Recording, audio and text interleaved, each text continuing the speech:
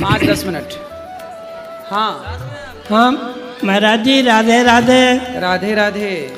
मैं बिहार का रहने वाला हूँ हाँ और कलकत्ता से आया हूँ आपके दर्शन के लिए। अच्छा टीवी पर रोज आपकी कथा 12 महीना सुनते हैं जी। और मैं भी एक छोटा मोटा कथावाचक हूँ। अच्छा तो आपसे हमारी जिज्ञासा ये है कि राजा परीक्षित अपनी माँ के गर्भ में थे, हाँ तो भगवान अश्वत्थामा के ब्रह्मास्त्र से उसकी रक्षा किए, ठीक है। लेकिन वहीं उनका भांजा अभिमन्यु को भगवान क्यों नहीं बचा सके? परीक्षित की रक्षा तो गर्भ में जाके कर दिए, हाँ लेकिन अभिमन्यु को नहीं बचा पाए, क्यों? भगवान चाहते तो बचा लेते, हाँ क्योंकि गुरु जी के पुत्र को भी, मरा हुआ पुत्र को जीवित करके लौटाया है। हाँ माता देवकी के 6 पुत्रों को जीवित करके लौटाए। हाँ तो भगवान तो चाहते तो कर लेते, हाँ। पर भगवान ने जान करके नहीं बचाया। अच्छा, क्यों? क्योंकि यदि महाभारत में अभिमन्यु की मृत्यु ना होती तो फिर कौरवों की, पितामह की इत्यादि जितने भी लोग हैं उनकी मृत्यु ना होती, क्योंकि कौरवों की तरफ से अधर्म स्टार्ट वहीं से हुआ। अधर्म से मारा ना अभिमन्यु को कौरवों ने। तो कौरवों ने जब अधर्म से मारा तो वहीं से उनके पाप का घड़ा भरा, और पाप का घड़ा जब तक नहीं भरता तो भगवान अंत कैसे करते? तो किसी ना किसी उन कौरवों के नाश के लिए अभिमन्यु को अपना बलिदान देना पड़ा। क्योंकि कई बार आपने देखा होगा, बड़ी मछली को फंसाने के लिए मछली का ही दाना डाला जाता है। हाँ कांटे में मछली को ही ना डाला जाता है, तब बड़ी मछली उस छोटी मछली को खाने आती है और फंस जाती है। तो अभिमन्यु वो छोटी मछली बन गए, जिस छोटी मछली के चक्कर में सारे बड़ी बड़ी मछलियां फंस गईं और सबने उस चक्कर में अधर्म किया। अभिमन्यु को मारने के लिए सारी हदें पार कर दी कौरवों ने। भगवान ने कहा अच्छा मार लो, तुम हमारे एक को मारोगे ना, हम तुम्हारा सर्वनाश कर देंगे, तुमने अधर्म किया है ना। यदि अभिमन्यु ना मरते तो फिर ये बताओ, फिर दुर्योधन कैसे मरता? दुर्योधन की जांघों पे वार प्रहार किया गदा का, तो दुर्योधन की जांघों पे गदा नियम, गदा युद्ध का नियम था कि आप जांघों पे नहीं मार सकते। नहीं। बलराम जी ने इसका विरोध किया था। तो भगवान ने बलराम जी को यही तो समझाया था कि इस दुर्योधन ने निहत्थे अभिमन्यु को मारा, तो जब इसने अधर्म किया तो इसके लिए भी अधर्म होगा। अधर्मी को अधर्म से मारना, हर बार अभिमन्यु का उदाहरण दिया गया। तो भगवान ने खुद चाहा कि अभिमन्यु की इतनी ही आयु थी, और सच बताएं अभिमन्यु इतने के लिए ही आए थे, इस लीला के लिए ही आए थे। इसलिए भगवान ने कहा कि बहन, यदि मैं तुम्हारे बच्चे को बचाता हूँ तो आने वाले युगों की बहनें कहेंगी कि अपने भांजे को बचाया, क्या कन्हैया हम तुम्हारी बहन नहीं हैं, हमें नहीं बचाओगे? इसलिए भगवान इस प्रकृति के नियम को भी तो नहीं बदलना चाहते थे। ये मृत्यु लोक है। फिर एक अभिमन्यु को बचाते तो फिर सारी बहनें बोलती कि हमारे बच्चे को भी बचाओ। तो भगवान फिर प्रकृति के नियम से, जो मृत्यु लोक बना है उस नियम से भगवान कैसे समझौता करते? इसलिए मृत्यु लोक में सबको मरना है, तो इसलिए भगवान ने नहीं बचाया कि देखो भाई, कल आप ना रोना कि जब आपके परिवार में कोई जाए, देखो भगवान बोले कि मेरा भी भांजा गया, इस मृत्यु लोक में आए हैं तो मरना पड़ेगा। इसलिए इस मृत्यु लोक की मृत्यु को सार्थक भी तो बनाना था। भगवान ही अपने बनाए नियम बदलते तो फिर लोग आरोप लगाते ना कि वाह, अपने भांजे के लिए तो आपने तोड़ दिया नियम, तो ये मरा है तो इसके लिए भी आप तोड़ो। इसलिए भगवान ने कहा कि जो कर सकते थे, गुरु जी का बेटा जिंदा करके दिखाया कि देखो मैं मनुष्य नहीं भगवान हूँ। माँ के वचन को काट नहीं सकते थे, इसलिए उनके 6 पुत्रों को जीवित किया, लेकिन जितना कर सकते थे उतना किया, बाकी अभिमन्यु की इतनी ही आयु थी। बहुत बहुत धन्यवाद। दूसरा प्रश्न ये है कि जब अश्वत्थामा द्रौपदी के 5 पुत्रों की हत्या कर दिया जी, और अर्जुन अश्वत्थामा को पकड़ के ले गए द्रौपदी के पास, हाँ बोले कि ये तुम्हारे 5 पुत्रों का हत्यारा है, इसकी क्या सजा होना चाहिए, तुम अपने मुंह से सुनाओ। जी। तो द्रौपदी बोली कि इन्हें छोड़ दो। हाँ। भगवान खुद बोलते हैं ब्रह्म बंधुर न हंतव्य आतताई बधा रहना। बिल्कुल। ब्राह्मण अवध्य होते हैं। बिल्कुल। तो अश्वत्थामा के लिए अवध्य बोले, द्रोणाचार्य के लिए अवध्य क्यों नहीं बोले? द्रोणाचार्य जी, देखिए ऐसा है, द्रोणाचार्य जी ने गलतियां की। ब्रह्म बंधुर न हंतव्य तताई बधारणा मयैवो भय मामनातम परिपाहि अनुशासनम। हाँ। भगवान कृष्ण कहते हैं कि ब्राह्मण को कभी मारना नहीं चाहिए और आताताई को कभी छोड़ना नहीं चाहिए। हाँ। तो ये जाति से तो ब्राह्मण है अश्वत्थामा, पर कर्मों से आताताई है। अब सवाल आप कर रहे हैं कि जब ब्राह्मणों को मारना नहीं चाहिए तो फिर गुरु द्रोणाचार्य को क्यों मरवाया गया? हाँ। क्योंकि गुरु द्रोणाचार्य जी ने गलतियां की। गलती क्या की कि अपने शिष्य से अंगूठा मांग लिया, एकलव्य से। अब आप हमें पढ़ाओ, आप हमें शिक्षा दो और पढ़ा करके आप हमसे अंगूठा मांग लो कि तुम अपनी विद्या का कहीं प्रयोग ना कर सको, तो क्या ये गुरु का धर्म था? बताइए। धर्म तो नहीं था, लेकिन छल से सीख लिया था ना। कोई बात नहीं, भले छल से सीखा तो विद्या ही तो सीखा था। अपराध क्या किया था उसने? विद्या सीखना क्या अपराध था? नहीं, उनकी प्रतिज्ञा थी ब्राह्मण के सिवा किसी अन्य को हम नहीं पढ़ाएंगे। क्यों ऐसी प्रतिज्ञा ली? ये प्रतिज्ञा भी गलत थी। क्यों नहीं पढ़ाएंगे? शिक्षा पर सबका अधिकार है, तो क्यों नहीं पढ़ाएंगे? क्या निषाद राज को नहीं पढ़ाया वशिष्ठ जी ने? क्या परशुराम जी ने कर्ण को नहीं पढ़ाया? फिर क्यों आप ऐसी प्रतिज्ञा उल्टी सीधी लेंगे? और जब आप पितामह, जब गुरु द्रोणाचार्य गुरु होकर के आपने एक शिष्य का अंगूठा काटा, अंगूठा कटवाया, तो फिर आपका गला तो कटेगा, क्योंकि आपने जो किया है वो भरपाई तो को ना काहू को सुख दुख कर दाता, निज कृत कर्म भोग सब भ्राता। ये सब कर्मों का दंड है।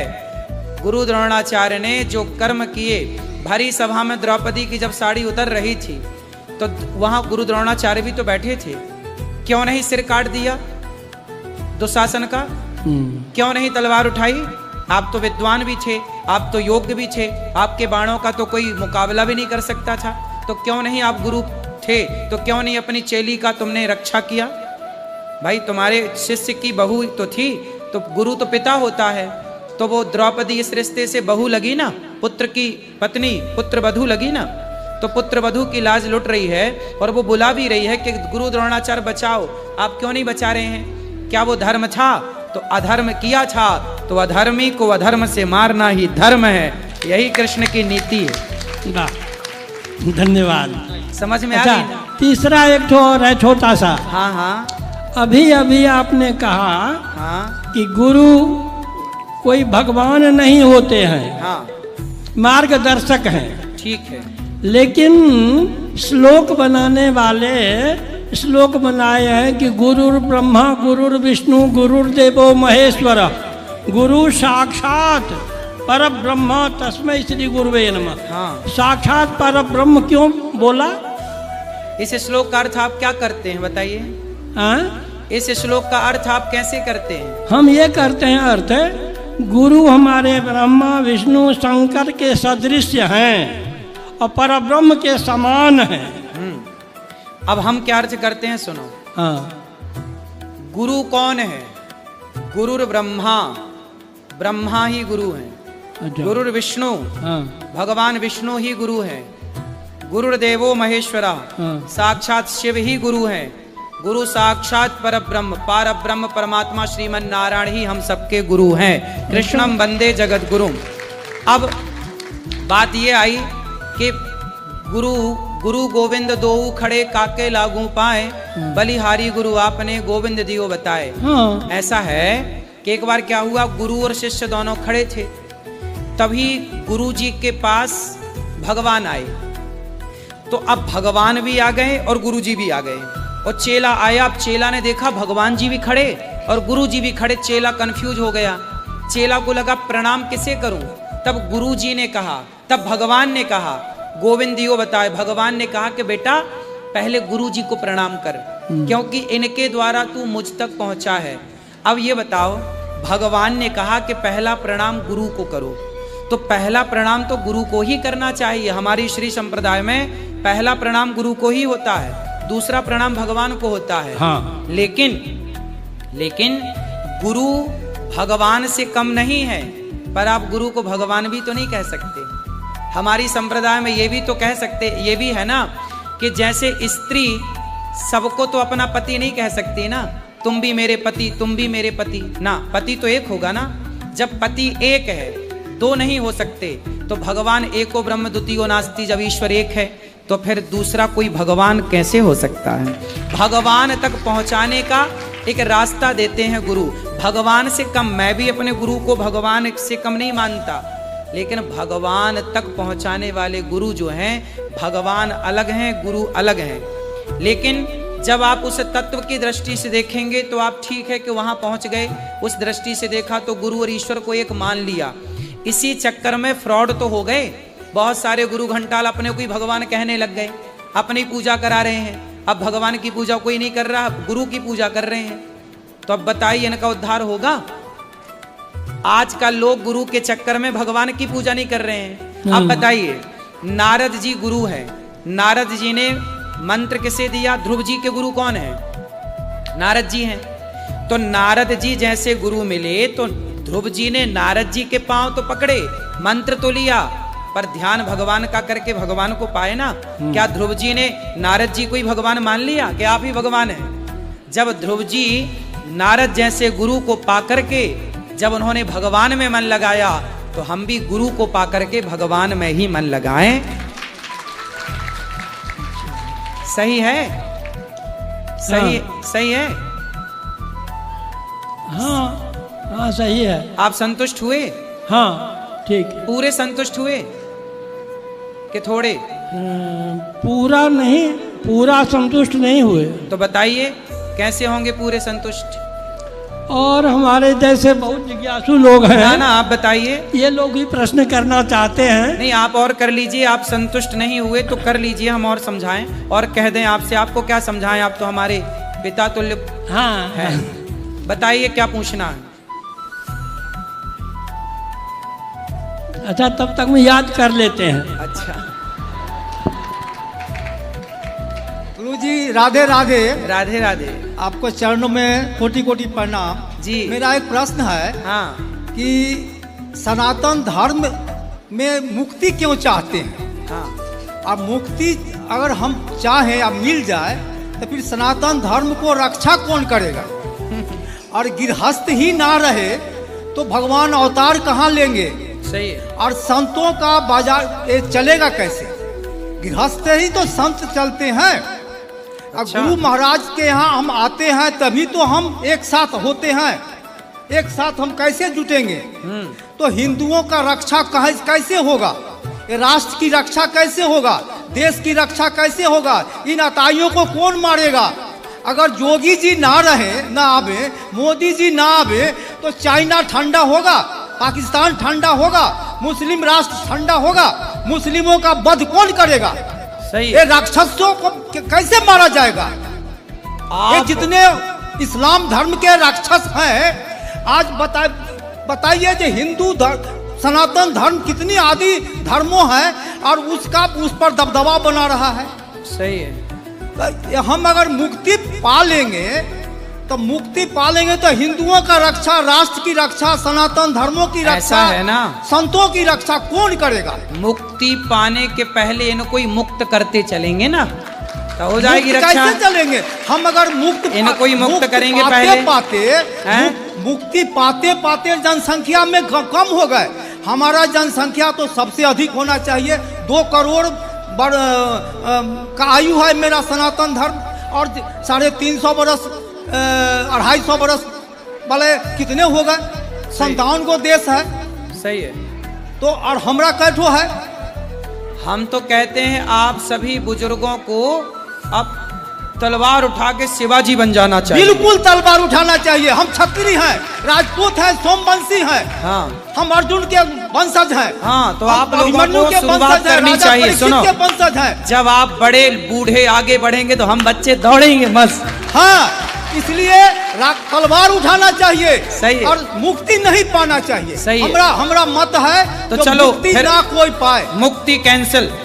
मुक्ति को कैंसिल कीजिए। ठीक है। और आप शिक्षा दीजिए जो कभी कोई मुक्ति ना चाहे। और क्या चाहे?